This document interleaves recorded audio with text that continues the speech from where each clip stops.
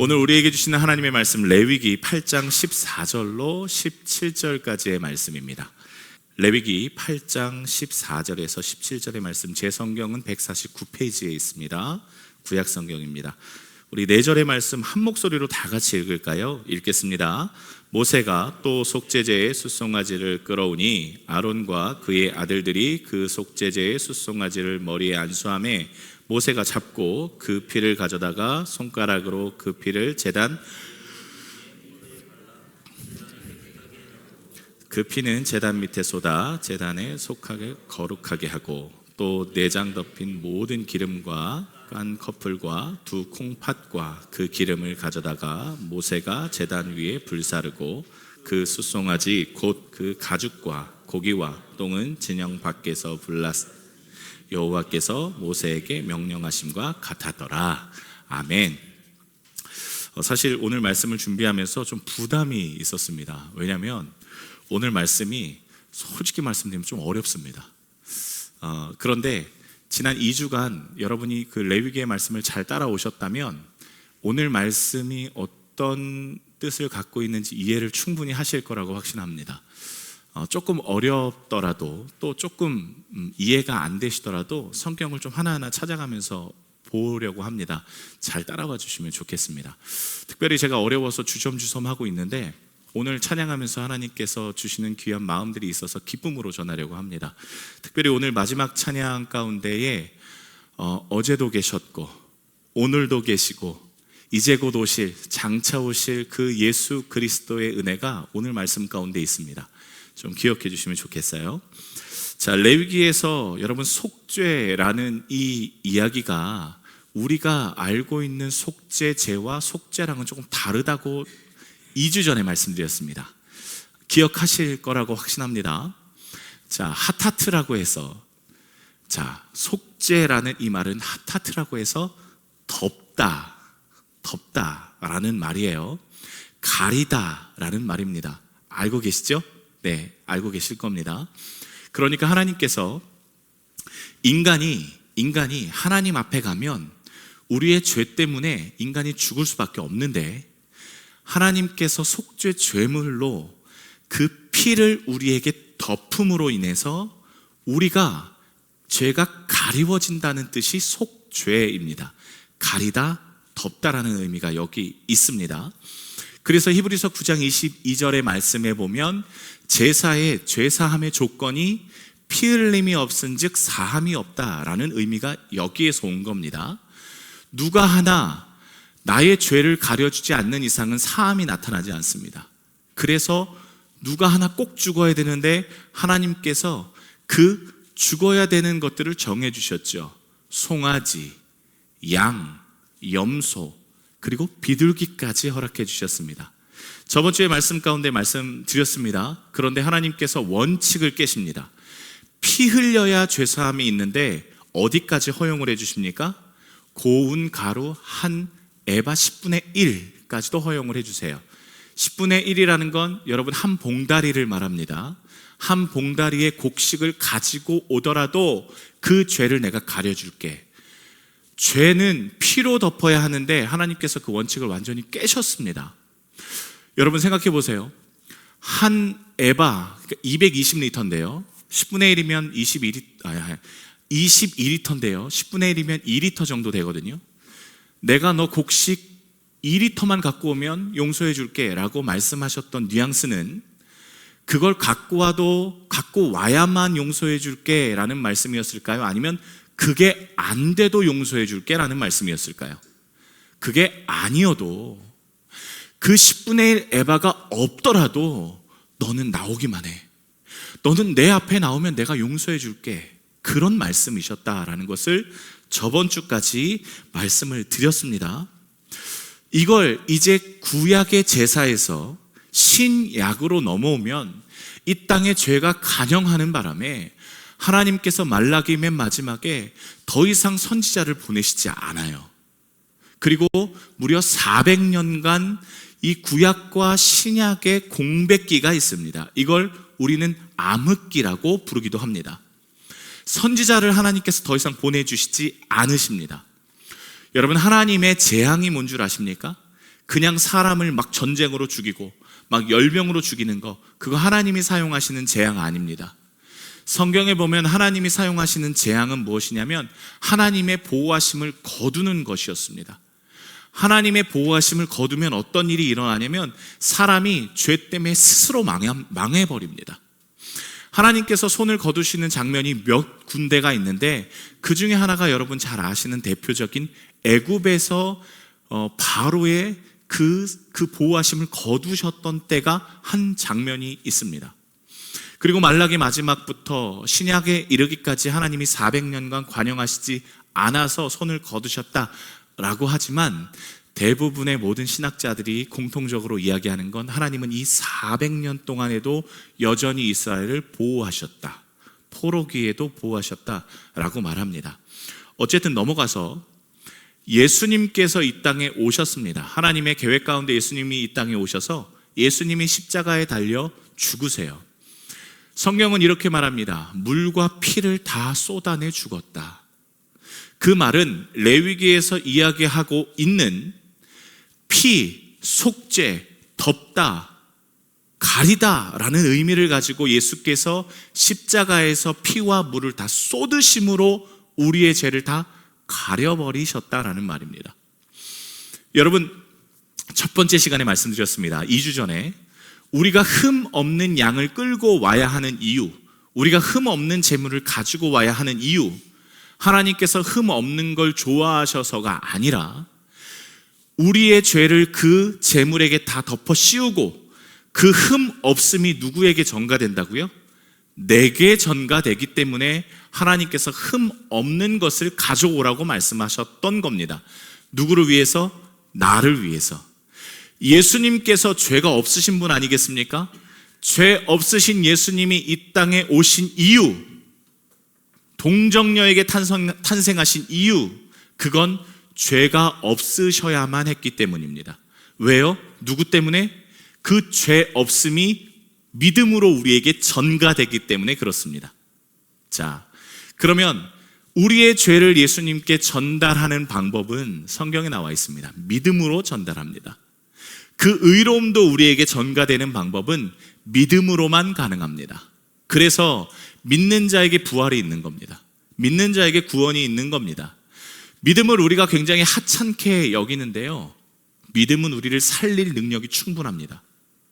자, 그런데 우리가 이제 이 믿음에 대해서 몇 가지를 좀 따져보면 여러 가지 질문들을 하게 되는데 여러분 다 해보셨던 질문일 거예요. 우리가 믿음으로 구원을 받으면 우리가 그 예수 그리스도의 피로 인해서 죄가 덮어버리면 칭의라고 바울 사도는 이야기했는데, 죄가 있지만, 내 안에 죄가 있지만 예수 보혈의 피로 그 죄가 덮어짐으로 인해서 하나님께서 마치 눈이 먼 것처럼, 귀가 먹은 것처럼 죄가 없다라고 해주신다라고 말하고 있습니다. 자, 그러나 여러분, 우리에겐 죄가 있습니까? 없습니까? 여전히 죄가 있어요. 그리고 오늘도 우리는 죄를 질 것이고 내일도 죄를 집니다. 그러면 질문 하나, 그러면 우리가 천국에 갈 수 있을까요? 죄가 있는 자는 천국에 가지 못합니다. 우리는 천국에 갈 수 있을까요? 질문 둘, 그러면 천국에 갈 수 있다라고 확신하지만 우리가 그러면 죄를 지면 어떻게 될 것인가? 하나님이 우리를 징벌할 것인가? 혹은 하나님이 마치 바로처럼 우리를 버릴 것인가? 질문 두 개가 한꺼번에 주어집니다. 여러분, 어떻게 될까요? 과연 우리가 구원받을 수 있을까? 해답부터 말씀드리면 이건 우리의 생각의 구원관이 잘못돼서 나타나는 질문들입니다. 구원관이 잘못된 거예요. 자, 이게 왜 그럴 수밖에 없냐면, 내 마음대로 살아도 되는가? 내가 예수 그리스도를 믿음으로 믿고 구원에 이르렀는데 내 마음, 내 뜻대로 살아도 되는가? 나는 구원받는가에 대한 이 출발점 자체가 잘못됐다는 건 뭐냐면, 우리는 한국에서 전통적인 샤머니즘의 신앙관을 갖고 있습니다. 어느 나라를 가도 마찬가지예요. 기독교가 그 땅에 들어가면 성경의 말씀을 그대로 받아들이면 되는데, 우리가 어김없이 이 땅에 살고 있기 때문에 이 땅의 문화와 이게 혼합이 됩니다. 한국의 신앙관은 무엇입니까? 죽으면 어디 간다라고 합니다. 49일 동안 어디를 그렇게 가요. 그래서 성경에서 말하는 마태복음에 천국이라고 이야기하지 않습니까? 아, 예수님 믿으면 천국을 가는구나 라고 생각합니다. 그러나 여러분, 성경에서 요한복음에서는 하나님 나라라고 표현합니다. 하나님 나라 뭘까요? 성경에서 뭐라고 있냐면 이르시되 때가 찼고 하나님의 나라가 가까이 왔으니 회개하고 복음을 믿으라, 이렇게 예수님께서 말씀하십니다. 세례 요한도 마찬가지입니다. 하나님의 나라가 가까이 왔으니 회개하고 주님을 따라가라 라고 말합니다. 그러니까 성경의 천국의 신앙관은 뭐냐면 하나님의 나라가 우리가 가는 게 아니라 우리에게 임하는 개념입니다. 자, 그러면 천국이 이 땅에 덜컥 임하는 것인가? 이제 여호와의 증인들이 이 땅에 하나님의 나라가 뭐 천국이 임한다 이렇게 이야기하는데 그 개념이 아닙니다. 천국의 개념은 어디에 있냐면 공간적인 개념이 아닙니다. 우리가 어디로 이렇게 호치민에 있는데 저 다낭으로 뿅 가는 게 아니라 그런 공간적인 개념이 아니라 통치의 개념인 거예요. 통치의 개념입니다. 우리가 죄로 인해서 사단의 종노릇했습니다. 우리가 죄로 인해서 사망에게 끌려다녔습니다. 그런데 우리가 믿음으로 하나님을 믿기 시작하면서 우리의 주인이 바뀌어버립니다. 과거에는 사망과 죄와 종으로 인해 사망과 죄로 인해서 우리가 사단의 종이었다면 이제는 우리의 죄가 가리워지면서 더 이상 사망과 죄의 종이 아니라 누구의 종이 됩니까? 누구의 백성이 됩니까? 하나님의 백성이 됩니다. 자, 하나님의 백성으로 위치가 바뀌었다면 뭐도 바뀔까요? 삶의 자세도 바뀝니다. 제가 성경에서 자주 이야기합니다. 변화돼야 됩니다. 거룩한 삶 살아야 됩니다. 사실 너무너무 죄송한 건 그런 말씀 안 드려도 예수님 제대로 믿으면 바뀝니다. 따로 얘기할 필요도 없어요. 바뀌어버립니다. 즉 통치의 변화로 인해서 우리의 삶이 바뀝니다. 사망은 우리에게 죄를 짓게 하고 또 여러 가지의 죄의 열매들을 나타나게 하는데 하나님은 정반대로 우리가 죄를 끊어내게 하시고 하나님의 방법대로 살아갈 수 있는 길들을 열어주세요. 그게 천국인 겁니다. 보십시오. 제가 이런 예를 왕왕 드는데 여러분, 우리가 다 죽어서 천국에 갔습니다. 그런데 그 천국에 하나님이 안 계세요. 그러면 거기가 천국일까요? 한번 여쭙게요. 생각해 보셨습니까? 우리가 다 죽었는데 천국에 갔어요. 우리가 생각하는 그 천국으로 올라갔습니다. 그런데 거기엔 하나님이 안 계시네요? 그러면 거기가 천국일까요? 어떻게 생각하세요? 할렐루야 찬양하세. 내 모든 죄 사함 받고 주 예수와 동행하니 그 어디나 하늘나라. 주님과 동행하는 것이 하늘나라라고 우리는 찬송가로 매번 고백하고 있습니다. 우리가 이 땅에 지옥 같은 삶을 살아갑니다. 아니, 지옥의 삶을 살아갑니다. 그런데 하나님께서 우리에게 임해 주세요. 그러면 여기가 어떻게 될까요? 여기가 천국이 되는 겁니다. 통치의 개념이에요. 성경에서 말하는 천국의 개념은. 자, 제가 왜 이제 이런 이야기를 드리냐면 예수님의 뜻대로 살아가는 사람에게 천국의 백성 되게 하시고 하나님의 뜻대로 살아가게 하시는 길들을 여시는데 예수님께서 우리에게 허락하시는 그 예수님의 길은 예수님의 사역을 담는 겁니다. 그런데 예수님께서 이 땅에 오셔서 하셨던 세 가지의 확실한 일들이 있어요. 그게 뭐냐면 가르치시고 치료하시고 그 다음에 복음 전하시는 사건이었습니다. 이거는 사복음서에 계속 이야기합니다. 마태복음에 계속 이야기합니다. 가르치시고 치료하시고 복음 전하는 사건. 즉 하나님의 나라를 사는 사람이 절대로 뗄 수 없는 사역이 뭐냐면 가르치고 치료하고 복음 전하는 겁니다. 그래서 우리 교회가 계속 그 복음 전하는데 무슨 아이를 고치냐 이렇게 이야기하시는 분도 계신데 그래서 고치는 겁니다. 그게 예수님의 사역이었기 때문에 우리가 받는 거예요. 자, 그러면 제가 오늘 레위기 4장의 말씀을 읽어놓고 왜 생뚱맞게 이런 이야기를 하느냐, 그게 레위기 안에 스며 있습니다.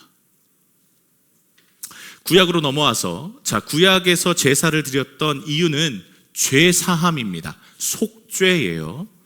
자, 죄사함을 위해서 내 대신 어떤 제물이 죽어야만 했고 소나 양이나 염소나 하물며 비둘기의 피를 흘려야만 했습니다.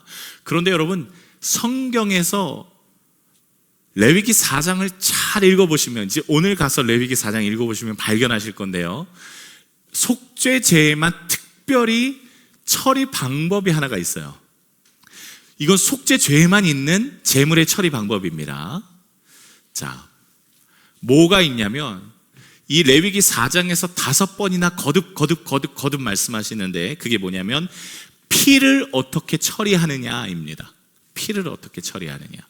한번 볼까요? 레위기 8장 15절에도 기록되어 있는데, 레위기 8장 15절에 그 이유도 기록되어 있어서 일부러 이 성경 구절을 읽습니다. 한번 같이 읽어볼까요? 레위기 8장 15절의 말씀 함께 읽겠습니다. 모세가 잡고 그 피를 가져다가 손가락으로 그 피를 제단의 네 귀퉁이 뿔에 발라 제단을 깨끗하게 하고,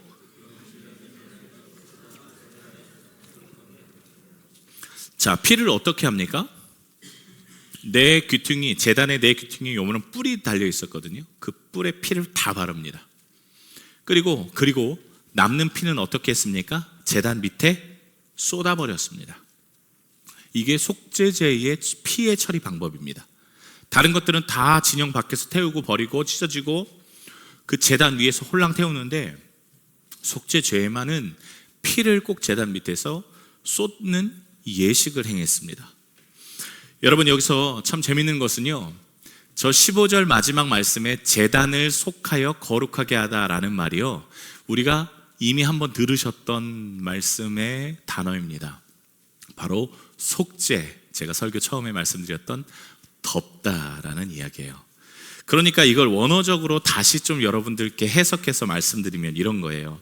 피를 제단의 네 뿔에 바르고 제단 밑에 쏟아서 피로 다 덮어서 깨끗하게 하고 거룩하게 한다, 그런 말이에요. 한마디로 제단을 거룩하게 한다라는 의미는 이 제단을 다 피 범벅이 되게 한다라는 의미가 아니라, 피로 제단을 덮어서 누구를 거룩하게 한다라는 말일까요? 제사를 드리러 온 예배자를 거룩하게 한다라는 의미적 이야기예요.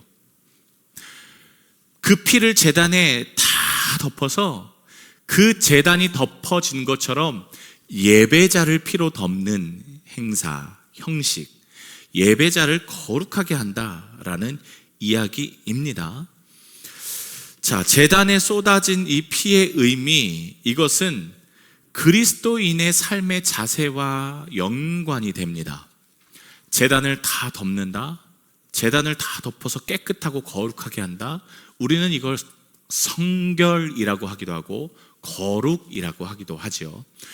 자, 이 개념을 어디에서 차용을 하느냐, 이 제단 밑에 피를 덮음으로 인해서 제사를 드리러 온 예배자를 거룩하게 한다, 죄를 없앤다라는 이 의미를 어디서 차용을 하는데, 유일하게 딱 한 군데 차용을 합니다. 그게 어디냐면 요한계시록입니다. 여러분, 요한계시록을 한번 이제 또 성경을 펴보십시오. 한번 같이 봤으면 좋겠습니다. 요한계시록 6장 9절의 말씀에 보면 그 피에 대한 차용을 이렇게 합니다. 다 찾으셨으면 우리 같이 읽을까요? 시작. 다섯째 인을 떼실 때에 내가 보니 하나님의 말씀과 그들이 가진 증거로 말미암아 죽임을 제단 아래 뭐가 있다고 말씀하고 있습니까? 죽임을 당한 영혼들이 있습니다. 그러니까 어떤 제의가 있었는데, 제사가 있었는데 그 제사의 제물이 죽임을 당한 어떠한 존재라고 기록하고 있고, 오늘 보면 이 죽임을 당한 존재들이 뭐 하던 사람이냐, 우리 말씀에 정확히 기록하고 있어요. 하나님의 말씀과 그들이 가진 증거, 즉 예수 그리스도의 십자가와 부활의 그 증거 때문에 죽임을 당한 사람들의 영혼이 그 제단 밑에 있다, 그렇게 기록하고 있죠. 자, 여러분, 요한계시록을 우리는 굉장히 두려운 책이라고 인식하고 있습니다. 요한계시록은 막 앞으로 일어날 수많은 일들에 대한 예언이다 라고 알고 계시겠지만, 여러분, 요한계시록의 배경을 알면 그렇지 않다는 걸 더 쉽게 알 수 있어요. 어려운 책이 아닙니다. 제가 조금만 설명드려 볼게요. 이걸 들으시면 요한계시록이 친근하게 다가오실 겁니다. AD 81년 로마의 황제가 한 명 등극합니다. 그게 누구였냐면 도미티안 황제였습니다. 여러분, 도미티안 익숙하지 않으실 겁니다. 네로는 잘 알고 계시겠지요. AD 64년에 네로가 유명해진 이유는 그리스도인들을 박해했기 때문에 유명해졌습니다. 왜냐? 로마의 80%가 불에 탔는데 로마의 80%가 불에 탄 모든 화살이 네로에게 꽂혀 있었기 때문에 누구에게 돌렸을까요? 그리스도인들에게 돌렸어요. 그래서 박해함으로 유명해진 사람이 네로입니다. 그런데 네로는 도미티안의 세 발의 피도 안 됩니다. 그 정도로 도미티안이 그리스도인들을 잡아 가두는데 혈안이 되어 있었던 사람입니다. 자, AD 81년 이 도미티안이 로마의 황제가 됐는데 로마의 상황이 그렇게 좋지 못했습니다. 재정 상황이 좋지 못했고 로마의 왕권이 확실하지 않았어요. 그래서 몇 가지 방법을 행해내는데 그게 뭐였냐면, 첫 번째, 원로원 중에 눈에 가시 같은 인간의 재물을 몰수한다. 이게 도미티안이 첫 번째 했던 일입니다. 여러분, 원로원의 재물, 한두 사람 재물 취한다고 뭐 그렇게 나라가 부강해져? 아니요, 그렇지 않습니다. 원로원은요, 지금의 왕과 비슷한 존재들이에요. 그래서 한 나라 정도의 재물을 갖고 있었던 사람이었기 때문에 원로원 중에 말 안 듣는 사람 누명 씌워서 그 사람의 재산을 다 몰수합니다. 그리고 이 뺏은 재물을 가지고 뭘 하고 싶어 했느냐? 로마의 주요 도시에 그리스 로마 신전을 짓고 싶어 했습니다. 왜냐하면 신들이 복을 줘야 우리가 더 부강해질 것이라 라고 생각했던 것 같아요. 그래서 몰수한 재산을 가지고 로마 도시 곳곳에 신전을 지을 계획을 세웠는데 이게 실행이 되지 못해요. 누구 때문인 줄 아십니까? 그리스도인들 때문에 실행이 되지 못합니다. 그리스도인들이 아무 힘이 없음에도 불구하고 하나님께서 특별한 은혜를 주셔서 안 돼, 그렇게 하면 안 돼, 암암리의 뒤에서 일을 다 하고 있었어요. 그래서 이게 실행이 안 됩니다. 그리고 도미티안이 이걸 알아요. 그리스도인들, 그래 두고 보자.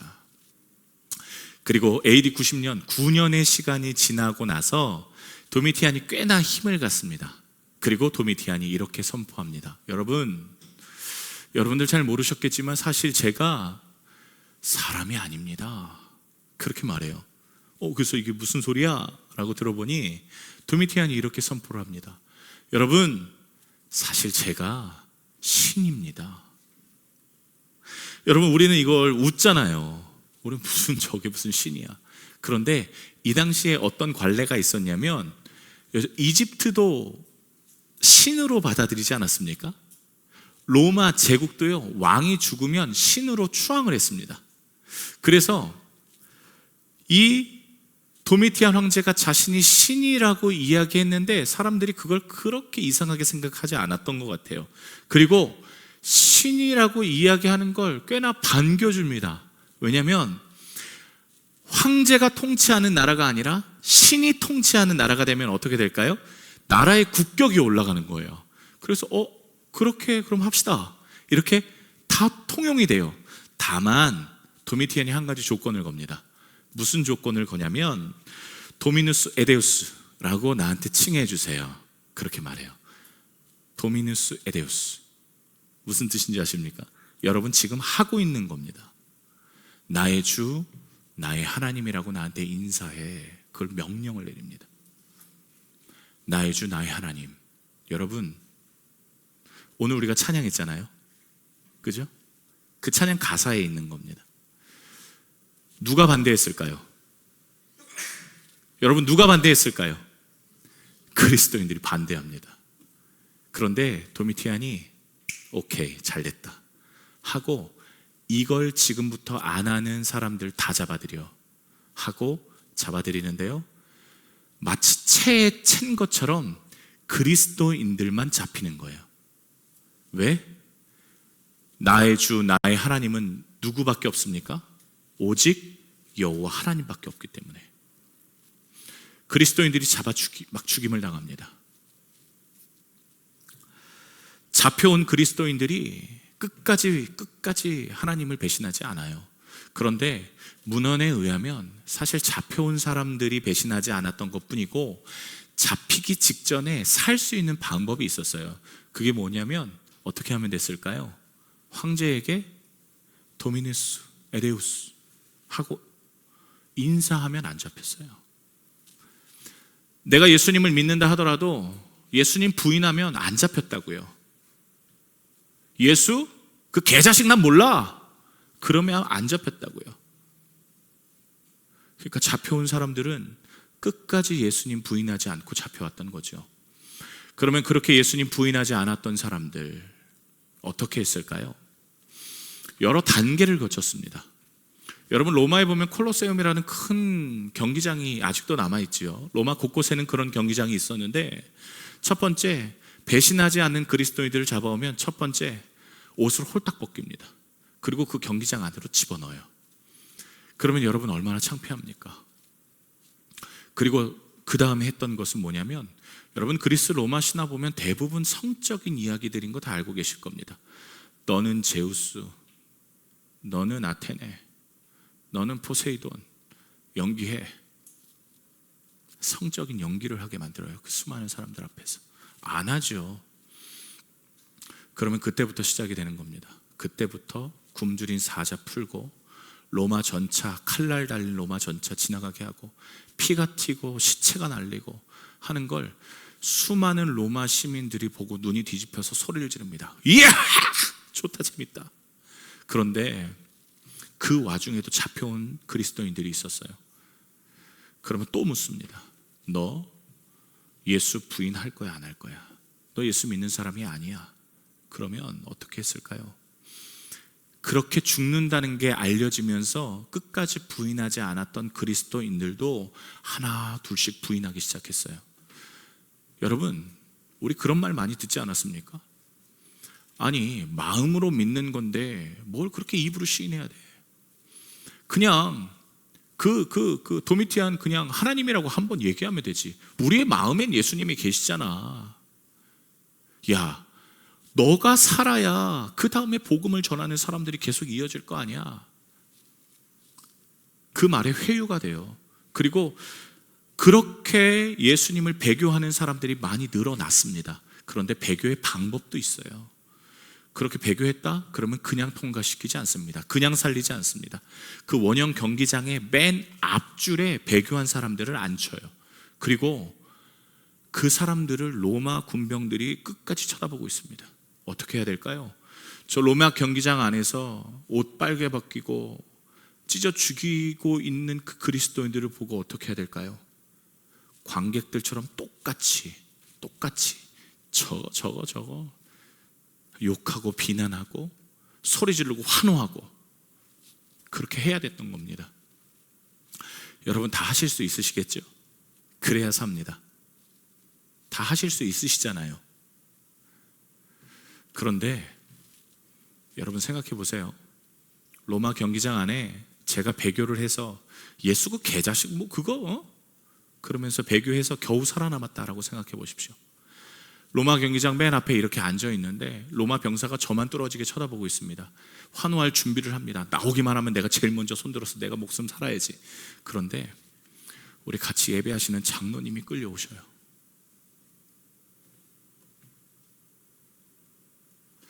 같이 기도해 하시는 우리 권사님이 뒤 질질 다리를 끌면서 끌려오십니다. 우리 눈물 흘리며 같이 예배하고 찬양했던 우리 전도사님이 그 뒤에 머리가 터져서 끌려오세요.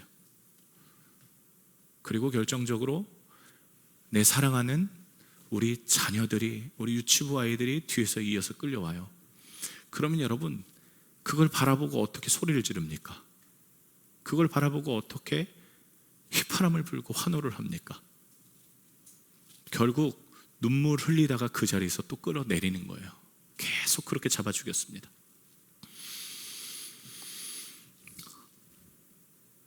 여러분, 그런데 무슨 생각을 할까요?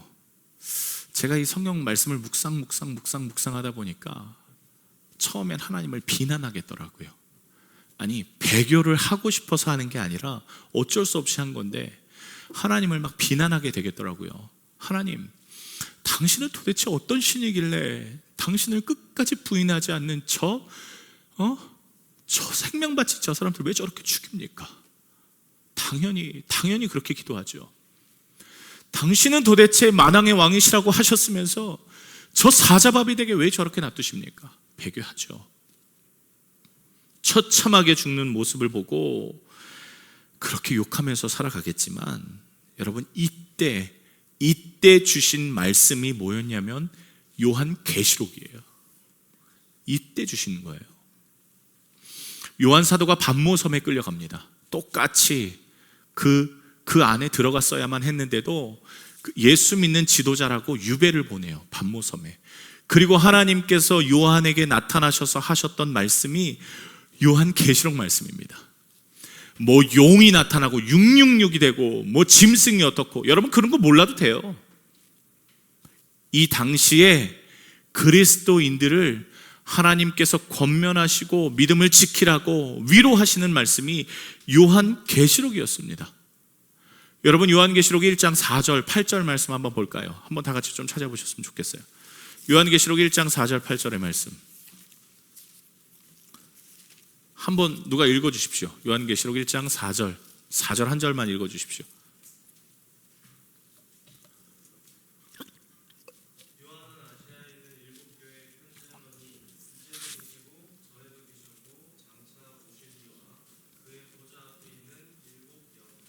여러분 예수 그리스도가 언제 오신다고요? 이제도 계셨고 어제도 계시고 장차 오신다고 말씀하십니다. 8절 한 번만 집사님 다시 한번 읽어주세요.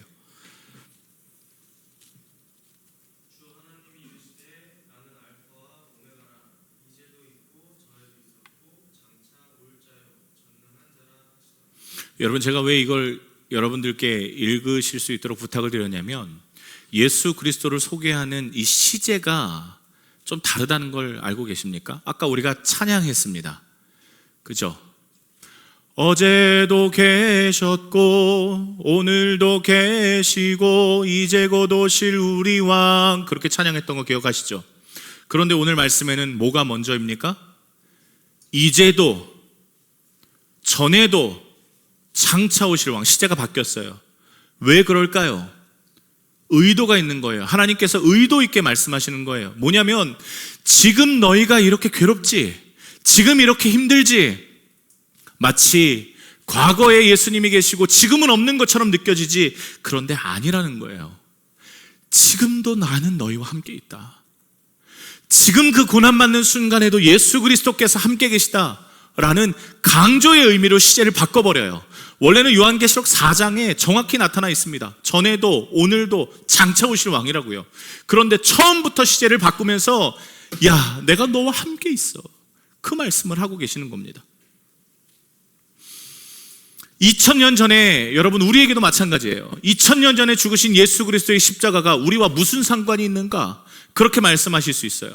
그러나 하나님은 말씀하십니다. 아니야, 전에도 있었지만 오늘도 계시고 장차 오실 왕, 그 모든 시간과 공간을 뛰어넘으신 하나님께서 우리와 함께 계신다는 거예요. 하나님께서 위로하십니다. 그리고 그들에게 여러분 요한계시록 5장의 말씀을 남기시는데 5장으로 한번 넘어가 볼게요. 자, 5장 1절의 말씀 다 같이 한번 읽어보겠습니다. 내가 보매 보좌에 앉으신 이의 오른손에,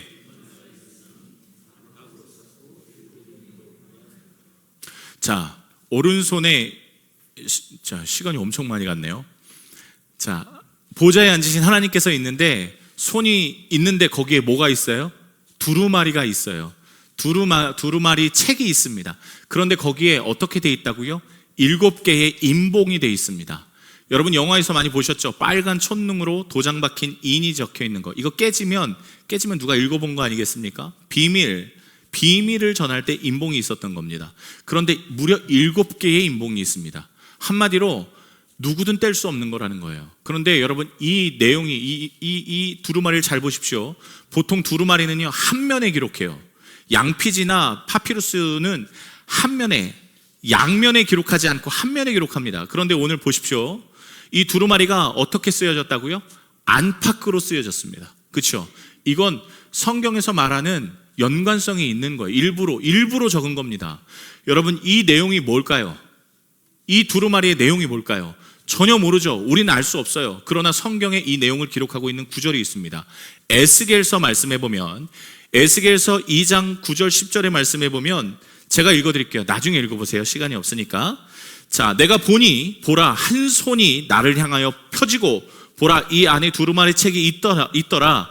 그가 그것을 내 앞에 펴시니 그 안팎에 글이 있는데, 자, 안팎에 글이 있는데 그 위에 애가와 애곡과 재앙의 말을 기록하였더라. 거기 기록되어 있습니다. 에스겔서 2장 9, 10절의 말씀이에요. 그러니까 지금 요한계시록에 이 하나님께서 잡고 계시는 말씀은 뭐였냐면 에스겔이 봤던 말씀과 동일한 거예요. 그런데 그 내용을 한번 보니까 뭐였냐면 애가와 애곡과 재앙의 말, 좋지 않은 말들이 가득 담겨 있었다는 겁니다. 이걸 펼치는 순간에 재앙이 임하는 거예요. 그런데 더 이상한 건 뭔지 아십니까? 이걸 누가 펼치시는 줄 아세요? 예수님이 펼치세요. 이걸 펼치면 예수 믿는 자가 죽어나가요. 이걸 펼치면 예수 믿는 자가 곡해해요. 이걸 펼치면 모든 땅에서 그리스도인들이 아픔을 당해요. 그런데 이걸 누가 펼치느냐? 5장 7절에 보면 어린 양 예수 그리스도가 펼치세요. 왜일까요? 아니, 그리스도인들이 어려움을 당하는 걸 예수님이 막아주셔야지 왜 예수님이 이걸 펼치고 있어? 좀 이상하지 않으세요? 왜냐하면 이거는요, 예수님의 정확한 의도가 있으시다는 거예요. 예수 그리스도 그 증인으로 인해서, 하나님의 말씀으로 인해서 제단 밑에 희생당한 영혼들이 있는데 그 이유가 있다는 거죠. 정확히 하나님의 계획 가운데 있었다는 거예요. 자, 시간이 없으니까요, 제가 한번 여러분 계시록 이제 이걸 떼면 일어나는 일들이 6장에 기록되어 있는 겁니다. 그게 7인인 거예요. 자, 하나씩 한번 떼보겠습니다. 자, 첫 번째 인을 뗐을 때 어떤 일이 일어나냐면 6장 2절의 말씀에 활 가졌고 면류관 쓴 이가 나타납니다. 두 번째 인을 떼면은요, 칼을 든 자가 나타나고요. 세 번째 인을 떼면 저울, 네 번째 인을 떼면 뭡니까? 사망이 나타납니다. 이게 뭐냐면 도미티안이 그리스도인들을 죽일 때 사용했던 방법들이에요. 이렇게 죽였어요. 저울은요, 그리스도인들에게만 무려 8배의 새를 먹여서 가난하게 해서 말려 죽였습니다. 자, 그런데 이제 5번째 인을 뗍니다. 그러면 또 다른 질병이 나와야 되는데 그게 아니고 5번째 인은요, 이렇게 수직적인 1, 2, 3, 4, 5가 아니라 5번째는 이 4개의 결과를 기록하고 있는 거예요. 5번째 인을 떼면 뭐가 어떻게 되느냐? 여러분, 그게 9절의 말씀입니다. 자, 9절 말씀, 자, 6장 9절의 말씀 다 같이 한번 읽겠습니다. 5째 인을 떼실 때에 내가 보니 하나님의 말씀과 그들이 가진 증거로 말미암아 죽임을 당한 영혼들이 제단 아래 있어. 우리 아까 읽었던 9절 아니겠습니까? 그러니까 이 4가지의 인을 땜으로 인해서 그리스도인들이 처참하게 죽었는데, 이 처참하게 죽은 이 영혼들이 제단 아래에 있는 게 5번째 인이었던 거예요. 자, 제단 아래, 우리가 아까 레위기로 이제 다시 돌아오겠습니다. 제단 아래 피를 뿌린다는 건 어떤 의미라고 말씀드렸습니까? 거룩하게 하다. 누구를요? 예배자를 거룩하게 하다. 그러면 이 거룩하게 만드는 피를 내는 사람은 누구였습니까? 제물을 끌고 온 예배자가 이 피를 다 냈어요. 제물에게서. 자, 그러면 이제 잘 매칭시켜 주셔야 됩니다. 지금부터가 좀 어렵다고 말씀드렸던 거예요. 하나님은 이 4가지 인을 통해서 그리스도인이 괴로움을 당하게 하셨습니다. 그리고 하물며 죽임까지 당하게 하셨어요. 그리고 이 영혼을 그냥 두시지 않으시고 제단 아래 쏟으셨습니다. 누구를 거룩해 하기 위함이었을까요? 누구를 거룩하게 하기 위함이었을까요? 자, 그럼 이제 여기서 예수 믿는 작자들을 잡아 제낀 사람이 누구였을까요? 로마 군인들이었습니다. 로마에 사는 수많은 사람들이 비난을 했고요, 로마의 황제가 명령을 내렸습니다. 한마디로 하나님은요, 믿는 그리스도인들의 희생을 통해서 로마를 구원하기 원하셨다라는 마음이 요한계시록에 들어가 있어요. 여러분, 이제 요한계시록 잘 읽어보시면 이게 지금 제가 이렇게 설명드리는 거에 대해서 뭐 그렇게까지 곡해해라고 이야기하실 수 있지만 요한계시록에 대해서 설명을 하나하나 들어보시면 하나님의 뜻이 그 안에 있었다라는 것을 깨닫게 되실 거예요. 그리스도인의 처참함, 그리스도인의 아픔, 그리스도인의 희생을 통해서 나를 손가락질하고 있는 그 수많은 로마 시민을 구원하기 원하시는 하나님의 마음이 이 안에 있어요. 저도 사실 이해가 안 됐습니다. 그런데 여러분, 이 일이 있은 후 300년이 지나서 어떤 일이 일어나는 줄 아십니까? 300년이 딱 지나서 정확히 AD 380년에 로마의 국교화가 되는데 기독교가 국교화가 됩니다. 저는 확신합니다. 이게 하나님의 계획 안에 있었습니다. 처참한 순교자들을 통해서 하나님이 그 땅을 거룩하게 계속 거룩하게 씻으셨던 거예요. 여러분, 이게 그냥 로마의 이야기입니까? 여러분, 솔직히 말씀드려보면 우리나라도 그랬습니다. 우리나라 딱 150년 전에 예수 믿는 선교사가 땅을 딱 밟자마자 창으로 갖고 와서 죽창으로 찔러 죽인 나라가 우리나라입니다. 지금 우리나라, 여러분, 교회가 없는 땅이 도대체 어디 있습니까? 편의점보다 많다 그러던데요. 수많은 선교사님들의 피를 통해서 거룩하게 만들어주셨습니다. 그런데 이 스토리야 어떻든 결론이야 어떻든 저는 사실 마음에 안 들어요. 뭐가 마음에 안 드냐면, 하나님, 도대체 당신이 능력이 없는 것도 아니고 왜 도대체 믿는 그리스도인들, 그것도 끝까지 하나님을 부인하지 않는 그 사람들을 통해서 왜 그렇게 굳이 하셔야만 했습니까? 하는 생각이 들어오더라고요. 근데 말씀을 묵상하면 묵상할수록 이게 하나님 말씀 묵상하는 참 깊이가, 계속 성경을 읽어야 한다는 게 여기서 있는 것 같아요. 하나님의 입장으로 제가 변하게 되더라고요. 하나님의 입장으로 변합니다. 그래 놓고 성경의 모든 일들이 그래서 그랬구나 라고 깨달아지는 순간이 있었습니다. 여러분, 저는요, 이 말씀을 읽어보면서 제가 로마 그 경기장 안에서 빨개 벗겨진 그리스도인이라고 생각했어요. 그런데 성경 말씀을 읽으면 읽을수록 제가 그 그리스도인을 손가락질하고 조롱하고 욕하고 비난하는 사람이라는 것을 깨닫게 됐습니다. 한마디로 저 로마 경기장 안에 빨개 벗겨진 그 인간은 누구였냐면, 알고 보니 예수님이셨더라고요. 예수님이 십자가에 달리시기 전에 빨개 벗겨지셨습니다. 조롱과 수치, 모멸감 그대로 당하셨어요. 최악의 로마의 형틀에서 잡아 죽으셨습니다. 그걸 조롱했지요. 우리가 예수님 지금 믿었다고 해서 여러분 크게 달라질 게 있겠습니까? 여러분, 우린 여전히 죄를 짓습니다. 여전히 배신해요. 여전히 하나님에 대한 뜻을 잘 실행하지 못하고 살아갑니다. 그런데 어느덧 하나님의 마음이 들어옵니다. 제가 깨달았어요. 그렇구나. 내가 그 비난하던 사람이었구나. 그리고 하나님께서 주신 마음이 그거였습니다. 상철아, 나는 저 비난하는 무리를 구원하고 싶다. 나는 저렇게 손가락질하는 저 무리를 구원하고 싶다. 왜냐하면 저들도 내 사랑하는 아들, 딸이다. 그러면 여러분, 누가 그 로마 경기장 안에 들어가시겠습니까? 하나님의 마음을 아는 사람이 들어가겠죠. 하나님, 제가 그 제물 되겠습니다. 예수님이 가장 처음 제물 되셨고, 예수님을 닮아가겠습니다. 예수 닮겠습니다. 예수 믿겠습니다 하면서 정작 제물은 되기 싫어하는 제 모습을 봤어요. 하나님, 제가 그 제물 되겠습니다. 못하겠더라고요. 이게 하나님, 제가 그 제물 되고 싶습니다 하고 꿀꺽 삼켜지지가 않는 거예요.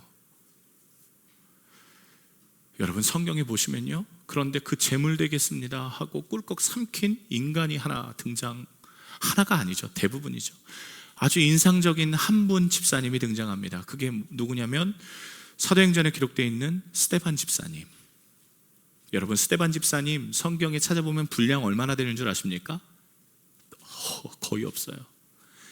설교 딱 한 장 기록되어 있습니다. 스데반 집사님이요 설교합니다. 하나님의 그 놀라우심을 설교하다가 예수 그리스도를 전합니다. 그리고 예수 믿으라고 말하죠. 그런데 그 모습을 누가 봅니까? 사울이 봅니다. 사울이 보고요 수많은 유대인들을 혼란케 해서 스데반 집사를 죽입니다. 스데반 집사님은 죽을 이유가 없었음에도 불구하고 왜 죽으셨을까요? 하나님의 말씀과 그 복음의 증거 때문에 죽었습니다. 여러분, 그런데 이 스데반 집사님이 죽으심으로 인해 누가 변하는 줄 아십니까? 누가 변했을까요? 사울이 변합니다. 이 일이 끝나고 다메섹 도상으로 가는 길에, 다메섹으로 가는 그 길에서 예수께서 부르세요. 나는 네가 핍박하는 그 예수다. 아니 예수님, 제가 예수님을 언제 핍박했습니까? 야, 너 조금 전에 스데반 죽였잖아. 너 조금 전에 교회 했잖아 하고 말씀하세요. 스데반 집사님의 죽음으로 인해서 사도 바울이 나타납니다. 그런데 저는 그것도 삼키기 싫어요. 왜 내가 죽고 저 사람이 살아야 돼? 그런데 곰곰이 생각해 보니 제가 살았던 이유가 수많은 스데반 집사님이 있어서 그랬다는 걸 깨닫게 됩니다. 여러분, 윤상철 목사가 처음부터 목사하려고 했을까요? 제 가장 친한 친구가 저한테 그렇게 이야기했습니다. 야, 나는 너가 목사 된 게 굉장히 신기하다. 너는, 내가 미안한 얘기지만 넌 목사 안 했으면 분명히 사기꾼 됐을 거야. 저한테 그렇게 얘기합니다.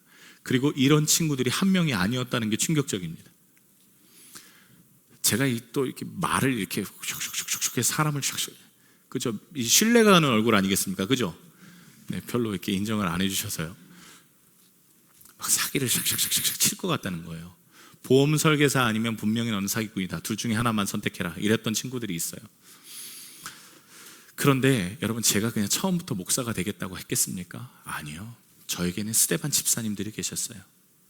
믿음의 본을 보여주신 저희 어머니 아버지, 저를 위해 끝까지 초등부 때 놓지 않고 그 거지 같은 인간을, 저 같은 인간을 구해주신 노은자 선생님, 제가 목회를 그만두려고 이게 목회면 더럽고 하지 말자 포기했을 때 불러주신 저의 스승 목사님, 지금도 저를 위해서 울며불며 기도해 주시고 계속 응원을 아껴주시는 수많은 스데반 집사님이 저한테 있습니다. 그러니까 제가 여기 서 있죠. 제가 뭐라고 여기서 이 설교를 하고 있습니까? 하나님께서 우리에게 명령하십니다. 이제 레위기 설교를 좀 끝낼게요. 이 5개의 설교를. 누가 그 제단 밑에 쏟아진 피가 되겠냐는 거예요.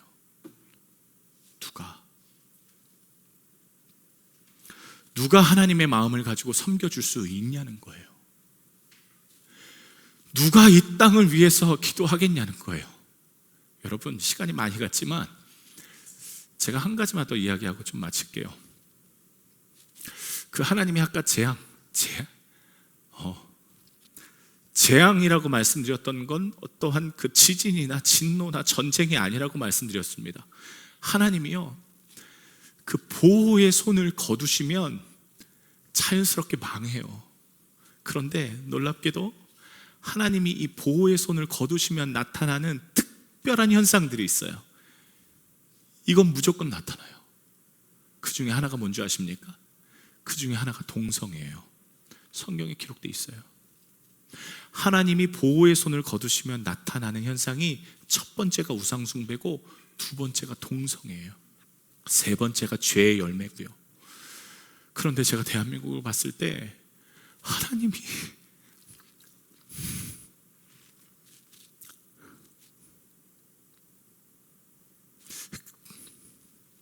그 보호를 거두신 것 같은 거예요.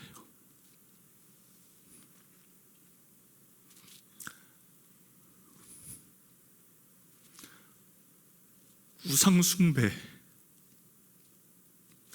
돈에 미친 사람들, 생명은 아깝지 않게 여기면서 돈을 따라가는 사람들, 그 우상숭배가 만연합니다. 동성애, 대한민국이 여러분 여러분 잘 모르시죠? 젊은 애들 가운데 동성애하는 애들 엄청 많습니다. 대한민국 청소년 애들한테요, 제가 10년 전에 물어봤습니다. 야, 너 친구들 중에 동성애하는 애 있어 없어? 10분의 1이 한다는 거예요. 엄청 충격 많이 받았습니다. 하나님의 그 보호의 손을 거두시면 사람은요, 망해가는 단계를 거쳐요. 우상 숭배하고요, 동성애하고 망하고요, 마지막으로 그 죄의 열매를 수많은 것들을 맺고 결국 망해요. 그런데 하나님이 대한민국의 손길을 거두신 것 같은 느낌이 계속 드는 거예요. 그 복음에 가득 찼던 나라가 자꾸 동성애로 가득 차고 있고, 그 수많은 일들, 죄의 일들을 보니까, 여러분, 제가 왜 이런 이야기를 들으냐면, 누가 그 제단 밑에 들어간 피가 되겠습니까? 누가 그 하나님께서 누가 찾고 있을 때 그 제단 밑에 들어가는 희생당한 영혼이 되시겠습니까? 아니, 누가 기도하실 거냐고요? 누가 저 대한민국을 위해서 기도하실 거냐고요?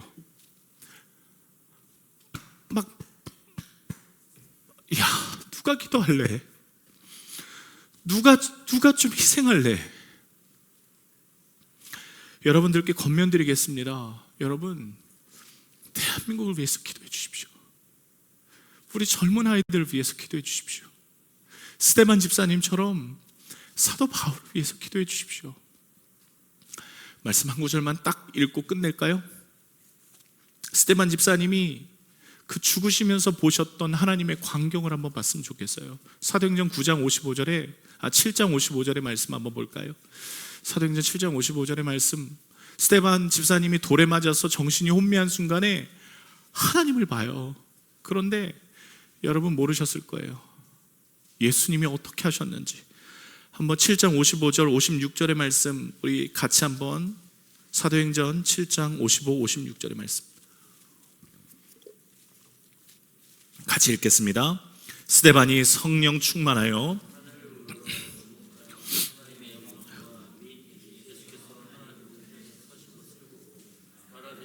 하늘이 열리고 인자가 하나님의 우편에 서신 것을, 여러분, 예수님께서 보좌 옆에 항상 앉아만 계세요. 오늘부터 성경 한번 잘 보세요. 예수 그리스도께서 보좌 옆에, 하나님 옆에 예수 그리스도께서 항상 앉아 계십니다. 그런데 성경에 유일하게 예수 그리스도께서 서서 계신 장면입니다. 그리고 여러분, 이걸 원어로 보면 어떤 뜻인 줄 아십니까? 예수께서 일어서시다라는 뜻이에요. 스데반 집사님이 돌에 맞아 죽는데 보좌를 봤어요. 하나님을 봤어요. 그런데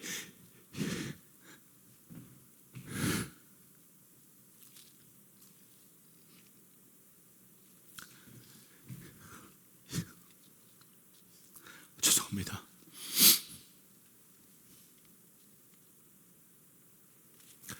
일어나 맞이하세요. 그 누구도 일어나서 맞이하지 아니하시는데 스데반 집사님만큼은 예수님을 일으키는 사람이었어요. 여러분, 이 땅을 위해서 기도하는, 이 땅의 영혼들을 위해서 기도하는, 이 땅의 사람들 위해서 기도하는 그런 사람이 필요하고, 하나님의 마음에 저 바울을 위해서 누가 기도할까 읊조리고 있는데 스데반이 나간 거예요. 그리고 스데반이 죽었을 때 예수 그리스도께 일어나서 그를 맞이하십니다.